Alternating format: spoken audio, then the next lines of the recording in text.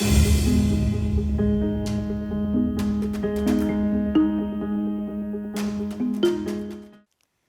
बच्चों, कैसे हो आप लोग? आशा करती हूँ सब ठीक होंगे। आइए आज आपका अगला पाठ द्विघात समीकरण शुरू करते हैं। इस पाठ में हम सीखेंगे द्विघात समीकरण किसे कहते हैं। हम ये भी सीखेंगे गुणनखंडों द्वारा द्विघात समीकरण का हल किस प्रकार करते हैं और द्विघात समीकरण का पूर्ण वर्ग बनाकर हल करना भी सीखेंगे और चर्चा करेंगे मूलों की प्रकृति पर। तो आइए देखते हैं द्विघात समीकरण किसे कहते हैं।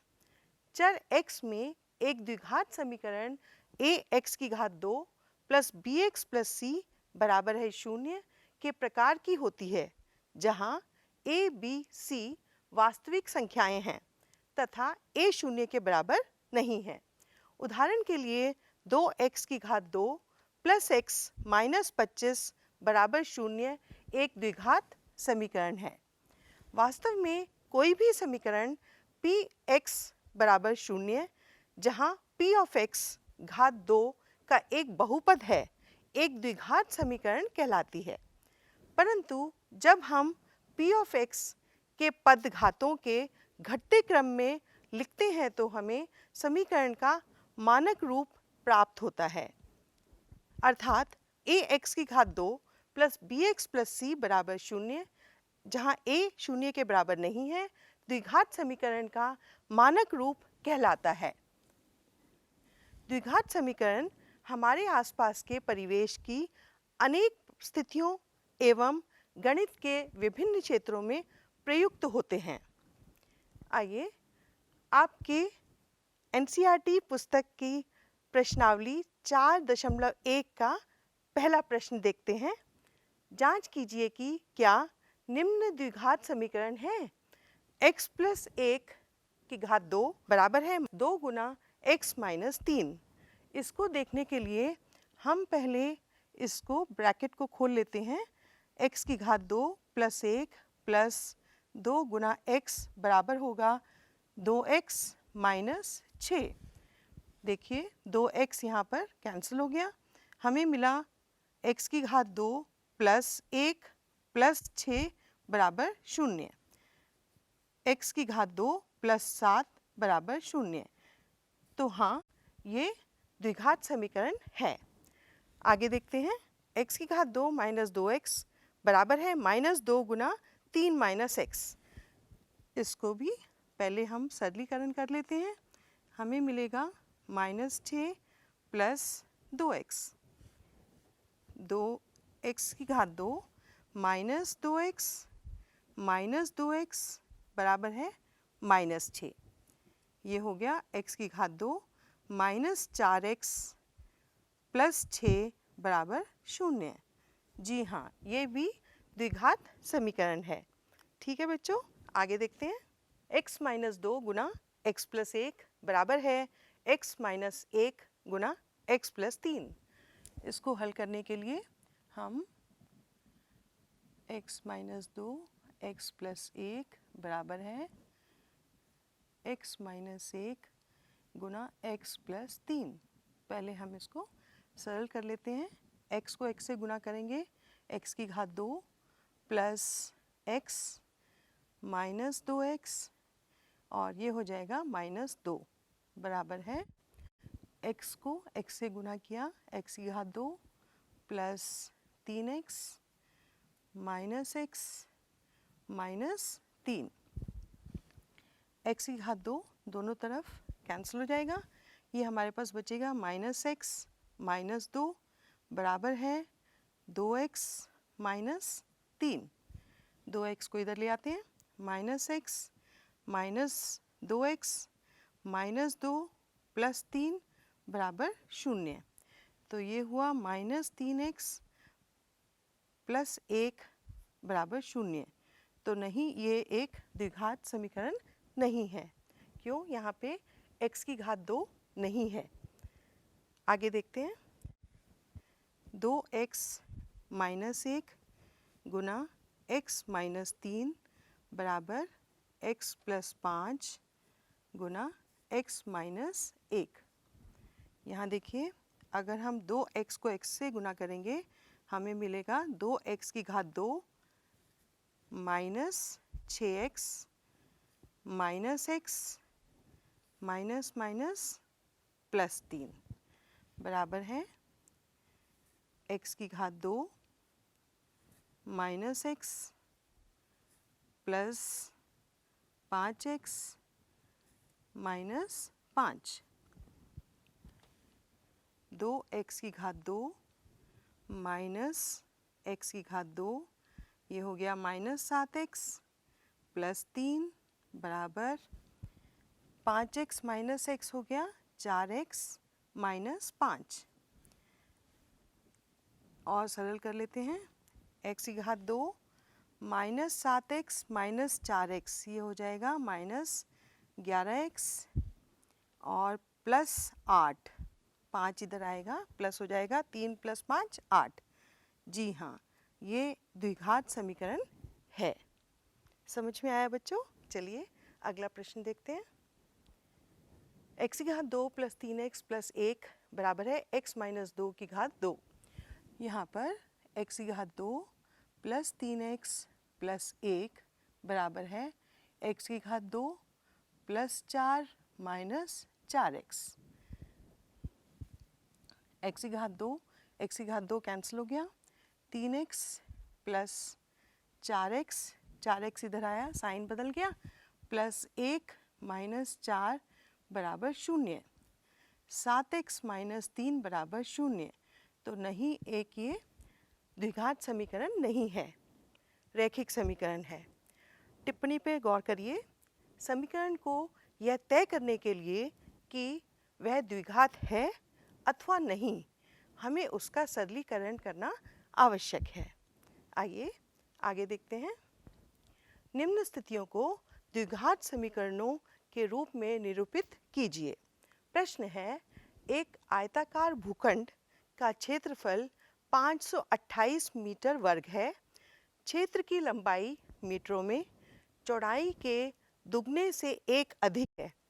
हमें भूखंड की लंबाई और चौड़ाई ज्ञात करनी है। तो हम देखते हैं, ये आपका आयताकार भूखंड हो गया और इसमें हमने चौड़ाई ले ली x, क्षेत्र की लंबाई मीटर में चौड़ाई के दुगने से एक अधिक है। ये हमारी लंबाई हो गई और ये चौड़ाई। तो क्षेत्रफल कैसे निकलेगा? x गुना 2x प्लस 1 बराबर होगा 528 मीटर वर्ग। इसको सरल कर लेते हैं, 2x की घात 2 प्लस x माइनस 528 बराबर 0। ये हमने इसको निरूपित कर दिया द्विघात समीकरण के रूप में। समझ में आया बच्चों? चलिए अगला प्रश्न करते हैं। दो क्रमागत धनात्मक पूर्णांकों का गुणनफल 306 है। हमें पूर्णांकों को ज्ञात करना है। तो हम धनात्मक पूर्णांक ले लेते हैं x और x प्लस 1, उनकी गुणनफल, तो x गुना x प्लस 1 बराबर होगा 306। इसको गुना करने से हमें मिलेगा x की घात 2 प्लस x माइनस 306 बराबर 0।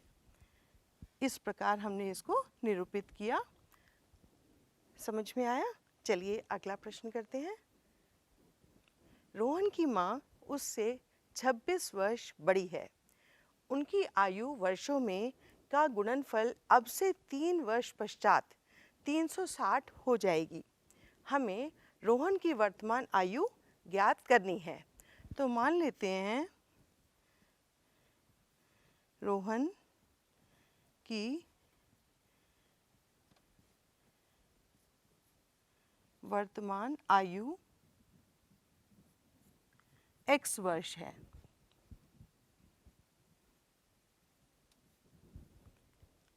रोहन की माँ की आयु कितनी हो जाएगी? रोहन की माँ 26 साल बड़ी हैं, तो हम ले लेते हैं x प्लस 26 वर्ष।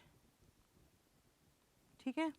अब प्रश्न के अनुसार उनकी आयु वर्षों में का गुणनफल अब से 3 वर्ष पश्चात, 3 वर्ष पश्चात मतलब रोहन की आयु हो जाएगी x प्लस 3 और रोहन की माँ की आयु भी हो जाएगी x प्लस 26 प्लस 3। इनका गुणनफल कितना होगा? 360। तो हम इसको हल कर लेते हैं। ये हो जाएगा x प्लस 3 गुना x प्लस 29 बराबर 360। x को x से गुना करेंगे, x की घात 2, ये हो जाएगा plus 29x plus 3x plus 29 को 3 से गुना करेंगे 87 बराबर 360। इसको और हल कर लेते हैं। क्या मिलेगा? x की घात 2 प्लस 32x माइनस 360 में से 87 को घटा लेते हैं, कितना आएगा? जी हाँ, माइनस 273। ये हमारा ये हमारी हमने इसको निरूपित कर दिया द्विघाती समीकरण के रूप में। x की घात 2 प्लस 32x माइनस 273 बराबर 0। समझ में आया बच्चों? चलिए अगला प्रश्न करते हैं। प्रश्न 2। एक रेलगाड़ी 480 किलोमीटर की दूरी समान चाल से तय करती है। यदि इसकी चाल 8 किलोमीटर प्रति घंटा कम होती तो वह उसी दूरी को तय करने में 3 घंटे अधिक लेती। हमें रेलगाड़ी की चाल ज्ञात करनी है। तो हम मान लेते हैं रेलगाड़ी की चाल कितनी है? x किलोमीटर प्रति घंटा। अब हमें कहा गया है दूरी कितनी है? 480 बटा चाल कितनी है? x। अगर उसकी चाल कम होती तो समय ज़्यादा लेती, तो हम इसमें लिखेंगे ये दूरी और चाल है x माइनस 8। कितना समय कम ले रही है? 3 घंटे कम ले रही है। तो ये हो जाएगा हमारा 3। समझ में आया? दूरी बटा चाल, इससे हमें समय मिला। जब समय ज़्यादा यहाँ जब इसकी चाल कम है तो समय ज़्यादा लगेगा। ज़्यादा समय में से कम समय माइनस करेंगे और हमें 3 घंटे का अंतर मिल जाएगा। इसको हल करते हैं। 480 गुना x माइनस 480 गुना 8 माइनस x गुना x माइनस 8 बराबर होगा 3। इसको हल करते हैं। 480 x minus 480 x plus minus minus plus हो जाएगा। यहाँ देख लेते हैं। 480 को 8 से गुना करेंगे, ये हो जाएगा 3840 प्लस 3840 बराबर है 3 गुना x को x से गुना किया, x की घात 2 माइनस 8x। ये दोनों कैंसिल हो गए, तो हमारे पास क्या बचा? 3 x की घात 2 माइनस 8 × 24 x माइनस 3840। तो ये हमारी द्विघात समीकरण हो गई। समझ में आई बच्चों? चलिए, गुणनखंडों द्वारा द्विघात समीकरण का हल बहुत ही आसान है। ध्यान से सीखना तो जल्दी से समझ में आ जाएगा।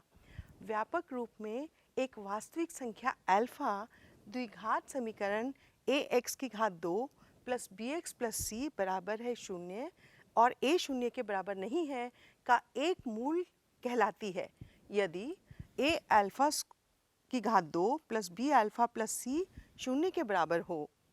हम यह भी कहते हैं कि x बराबर अल्फा द्विघात समीकरण का एक हल है अथवा अल्फा द्विघात समीकरण को संतुष्ट करता है। ध्यान दीजिए कि द्विघात बहुपद ax की घात 2 प्लस bx प्लस c के शून्यक और द्विघात समीकरण ax की घात 2 प्लस bx प्लस c बराबर 0 के मूल एक ही हैं। समझ में आया? चलिए अब देखते हैं। आपने कक्षा 9 में सीखा है कि कैसे मध्य पद को विभक्त करके एक द्विघात बहुपद के गुणनखंड किए जा सकते हैं। हम इस ज्ञान का प्रयोग द्विघात समीकरण के मूल ज्ञात करने में करेंगे। आइए देखें कैसे। उदाहरण ले लेते हैं। गुणनखंड द्वारा समीकरण 2x की घात 2 माइनस 5x प्लस 3 बराबर है 0 के मूल ज्ञात कीजिए। सर्वप्रथम हम मध्य पद, यहाँ पे मध्य पद क्या है, माइनस 5x को माइनस 2x माइनस 3x के रूप में विभक्त करते हैं, क्योंकि माइनस 2x गुना माइनस 3x बराबर होता है 6x की घात 2 के बराबर। देखिए 3 गुना 2 x की घात 2, यहाँ पे हमें मिल रहा है 6x की घात 2, इसलिए हमारे ये पद ठीक है। माइनस 2x माइनस 3x, देखिए 2x की घात 2 माइनस 5x प्लस 3 को हम लिख पाएंगे 2x की घात 2 minus 2x minus 3x plus 3। इनमें ध्यान से देखो क्या कॉमन है, 2x, तो क्या बचा x माइनस 1। इन दोनों में माइनस 3 कॉमन है तो हमारे पास कॉमन आया x माइनस 1। इस प्रकार हमारे पास दो गुणनखंड आ गए, x माइनस 1 और 2x माइनस 3। ठीक है, आगे चले। इसलिए 2x की घात 2 माइनस 5x प्लस 3 बराबर 0 को हम 2x माइनस 3 गुना x माइनस 1 बराबर 0 के रूप में पुनः लिखा जा सकता है। अतः x के वे मान जिनके लिए 2x की घात 2 माइनस 5x प्लस 3 0 के बराबर है, वही हैं जो 2x माइनस 3 गुना x माइनस 1 बराबर 0 से प्राप्त हैं, अर्थात 2x माइनस 3 बराबर 0 या x माइनस 1 बराबर 0 से प्राप्त होंगे। अब 2x माइनस 3 बराबर 0 को से हमें मिलेगा x बराबर 3/2 और x माइनस 1 बराबर 0 x बराबर 1 देता है। अतः x बराबर 3/2 और x बराबर 1 दिए हुए समीकरण के हल हैं। दूसरे शब्दों में 1 और 3/2 समीकरण 2x की घात 2 माइनस 5x प्लस 3 के मूल हैं। समझ में आया? चलिए आपकी प्रश्नावली 4.2 हल करते हैं। गुणनखंड विधि से निम्न द्विघात समीकरण के मूल ज्ञात कीजिए। हमारे पास प्रश्न है x की घात 2 माइनस 3x माइनस 10 बराबर 0। इसके हमें 2 पंजे 10 होता है, तो हम यहाँ पे ले लेते हैं मध्य पद हमारे पास माइनस 3x है, इसको हम लिख लेते हैं माइनस 5x प्लस 2x। देखिए क्या हमने सही लिया, क्यों? क्योंकि माइनस 5 को 2 से गुना करेंगे तो माइनस 10 आना चाहिए जो हमारे पास है, और माइनस 5 प्लस 2 करने से माइनस 3 आना चाहिए। ठीक है, अब देखिए इन दोनों में क्या कॉमन है, x माइनस 5 बचा, प्लस यहाँ पे क्या कॉमन है बच्चों, 2, तो यहाँ भी x माइनस 5 बचा। इस प्रकार हमारे पास x माइनस 5 गुना x प्लस 2 0 के बराबर हुआ। इसका अर्थ है या तो x माइनस 5 0 के बराबर है, या x प्लस 2 0 के बराबर है, या x बराबर 5 x बराबर -2। तो हमारे पास दो मूल प्राप्त हुए, 5 और -2। ठीक है, समझ में आया? चलिए आगे चलते हैं। 2x की घात 2 प्लस x माइनस 6 बराबर है 0। इसमें हम देखते हैं हमें प्लस x चाहिए और 6 दूनी 12, 12 के हम 4 और 3 ले लेते हैं और 2x की घात 2 प्लस 4x माइनस 3x शायद सही रहेंगे, क्योंकि 4 को 3 से गुना करेंगे -12 और 4 - 3 हमें देता है 1। तो इन दोनों में क्या कॉमन है बच्चों? 2x। तो यहाँ बचा x प्लस 2 और यहाँ -3 कॉमन है और हमारे पास आएगा x प्लस 2 बराबर 0। इस प्रकार हमारे पास x प्लस 2 गुना 2x माइनस 3 बराबर 0 आ गया। ठीक है, इसका मतलब या तो x प्लस 2 बराबर 0 या 2x माइनस 3 बराबर 0 या x बराबर -2 या 2x बराबर 3 या x बराबर 3/2। तो इस प्रकार हमारे पास दो मूल आ गए, x बराबर -2 या x बराबर 3/2। ठीक है बच्चों, चलिए अगला प्रश्न करते हैं। वर्गमूल 2 x की घात 2 प्लस 7x प्लस 5 वर्गमूल 2 बराबर 0। बहुत ही प्यारा प्रश्न है। यहाँ देखिए 5 वर्गमूल 2 गुना वर्गमूल 2 हमारे पास आना चाहिए 5 × 2 10। तो 10 को हम किस प्रकार लें जो हमारे पास 7 आ जाए? 2 और 5। ठीक है, तो वर्गमूल 2 x की घात 2 plus 2x plus 5x plus 5 वर्गमूल 2 बराबर 0। इनमें देखिए हम क्या कॉमन ले लें? वर्गमूल 2x, तो x प्लस वर्गमूल 2, इसको हम कैसे लिख रहे हैं? वर्गमूल 2 गुना वर्गमूल 2। इस प्रकार हमने x प्लस वर्गमूल 2 प्लस यहाँ पे 5 कॉमन है और हमारे पास बचा x प्लस वर्गमूल 2। अब आप देख रहे हैं कि हमारे पास x प्लस वर्गमूल 2 और वर्गमूल 2 x प्लस 5 दो गुणनखंड आ गए। इस प्रकार या तो x प्लस वर्गमूल 2 0 के बराबर होगा या वर्गमूल 2 प्लस 5 0 के बराबर होगा। इसका मतलब x बराबर है माइनस वर्गमूल 2 या वर्गमूल 2x बराबर है -5, x बराबर -5 बटा वर्गमूल 2। इस तरीके से हमने दो मूल निकाल लिए। समझ में आए बच्चों? चलिए अगला प्रश्न करते हैं। प्रश्न 3 है, ऐसी दो संख्याएं ज्ञात कीजिए जिनका योग 27 हो और गुणनफल 182 हो। इसमें हम संख्याएं ले लेते हैं। मान लीजिए एक संख्या x और दूसरी क्या हो जाएगी? 27 माइनस x। क्यों? क्योंकि दोनों का योग कितना है? 27। इसलिए एक हम x संख्या और दूसरी 27 माइनस x ले लेते हैं। ठीक है, इनका गुणनफल कितना है? 182। तो प्रश्न के अनुसार x गुना 27 माइनस x कितना होना चाहिए? 182। इसको हल करते हैं। 27x माइनस x की घात 2 माइनस 182 बराबर है 0। इसको हम मानक रूप में लिखते हैं -x² प्लस 27x माइनस 182 बराबर है 0। इसको और सरल करने के लिए बच्चों हम -1 से पूरी समीकरण को गुणा कर लेते हैं और हमें आसानी से फिर हम इसका हल कर पाएंगे।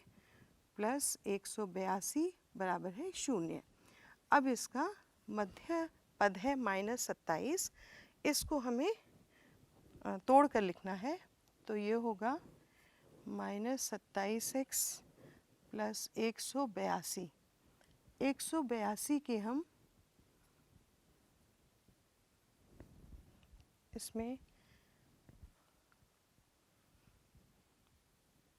7 एकम 7 7 ये 21, तो 13 और 14 ले लेते हैं। x की घात 2 minus 14x minus 13x plus 182 बराबर है 0। इन दोनों में क्या कॉमन है? x, तो x माइनस 14 माइनस 13 लेंगे, x माइनस 14 बराबर 0। इस प्रकार हमारे पास x माइनस 13 x माइनस 14 दो गुणनखंड आ गए। इसका मतलब या तो x माइनस 13 बराबर है 0 के, या x माइनस 14 बराबर है 0 के। x बराबर 13 और x बराबर 14। अब आप देखिए, हमें दो संख्याएं चाहिए थी, हमारे पास संख्याएं आ गई 13 और 14। आप गुना करके देखिए, क्या 182 आ रहा है? बिल्कुल आ रहा है। और 13 प्लस 14 का योग 27 आ रहा है? बिल्कुल आ रहा है। इसका मतलब हमारी दो संख्याएं बिल्कुल ठीक हैं, 13 और 14। आइए अगला प्रश्न देखते हैं। एक समकोण त्रिभुज की ऊंचाई इसके आधार से 7 सेंटीमीटर कम है। यदि कर्ण 13 सेंटीमीटर का है तो अन्य दो भुजाएं ज्ञात कीजिए। पहले हम समकोण त्रिभुज बना लेते हैं। इसमें आधार हमने x सेंटीमीटर ले लिया, तो हमारे पास ऊंचाई हो गई x माइनस 7 और कर्ण है 13 सेंटीमीटर।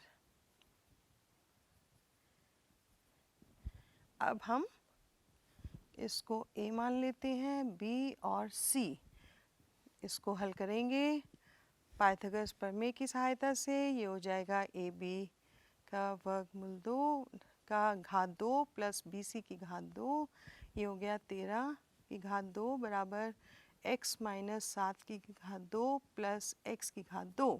इसको सरल कर लेते हैं, ये हो जाएगा हमें x की घात 2 plus 49 minus 14x plus x की घात 2। ये हमारे पास आ गया 2x की घात 2 माइनस 14x प्लस 49 माइनस 169 बराबर है 0। ये हो जाएगा 2x square minus 14x minus 120 बराबर है 0। बच्चों देखो, इसको हम 2 से भाग कर लेते हैं और सरल हो जाएगी हमारी समीकरण। ये हो जाएगी x की घात 2 माइनस 7x माइनस 60 बराबर है 0। अब हमें 60 को विभक्त करना है। ये आएगा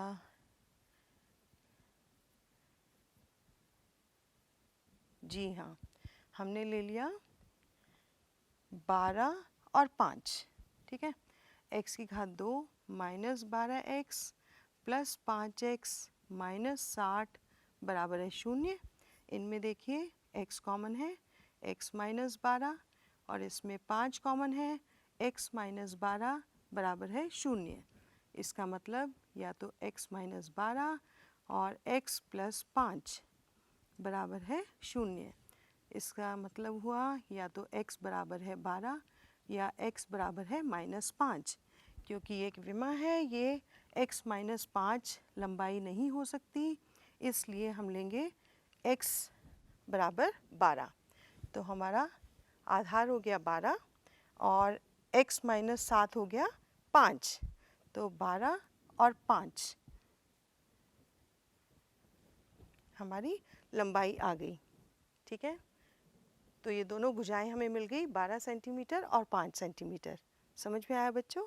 चलिए अब आप गृह कार्य के लिए प्रश्न ले लीजिए। पहला प्रश्न है, जांच कीजिए कि निम्न द्विघात समीकरण हैं या नहीं। पहला, x गुना 2x प्लस 3 बराबर है x की घात 2 प्लस 1। दूसरा है x प्लस 2 की घात 3 बराबर है x की घात 3 माइनस 4। दूसरा प्रश्न है, द्विघात समीकरण 6x की घात 2 माइनस x माइनस 2 बराबर 0 के मूल ज्ञात कीजिए। आइए अब हम देखते हैं तीसरा प्रश्न। दिए हुए 4 विकल्पों में से सही उत्तर चुनिए। निम्नलिखित में से किस समीकरण का एक मूल 2 है? पहला विकल्प है x की घात 2 माइनस 4x प्लस 5 बराबर 0।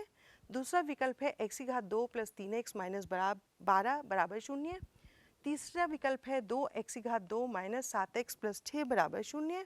चौथा विकल्प है 3x की घात 2 माइनस 6x माइनस 2 बराबर 0।